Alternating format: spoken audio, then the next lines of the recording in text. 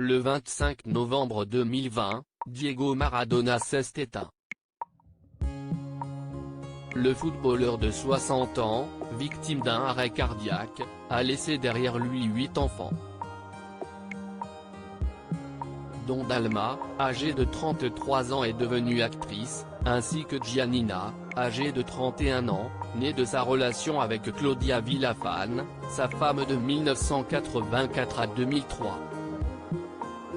Entre le quatuor, les relations n'ont pas toujours été simples.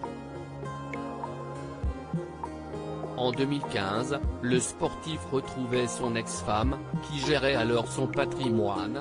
Devant les tribunaux, il l'accusait de lui avoir dérobé 6 millions de dollars. À l'époque, Dalma Maradona avait rapidement pris la défense de sa mère. « Je suis la première à dire que ma maman est la personne la plus honnête du monde, je ne mettrai ma main au feu », avait-elle déclaré au micro de la radio La 1110.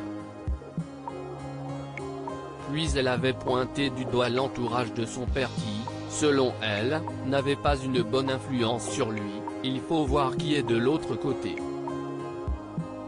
Il me semble que mon père est très mal conseillé et mal entouré.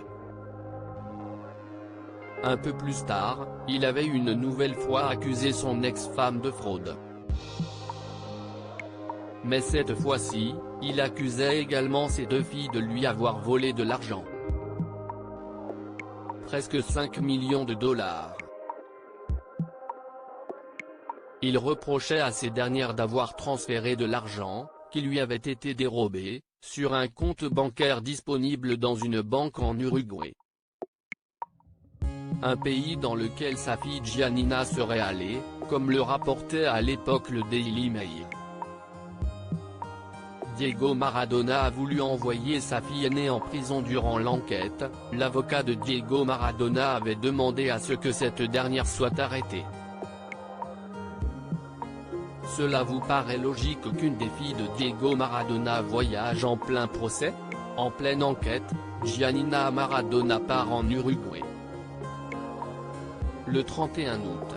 À votre avis, c'était pour faire du tourisme? À moins que ce ne soit pour cacher de l'argent sur un compte bancaire, là-bas. Quand quelqu'un tente d'influencer un jugement, ou extorque de l'argent, nous devons appliquer une peine de détention provisoire, avait lâché. La principale concernée quant à elle, n'avait pas été intimidée. Sur Twitter, elle disait avoir pardonné à son père pour des choses bien pires.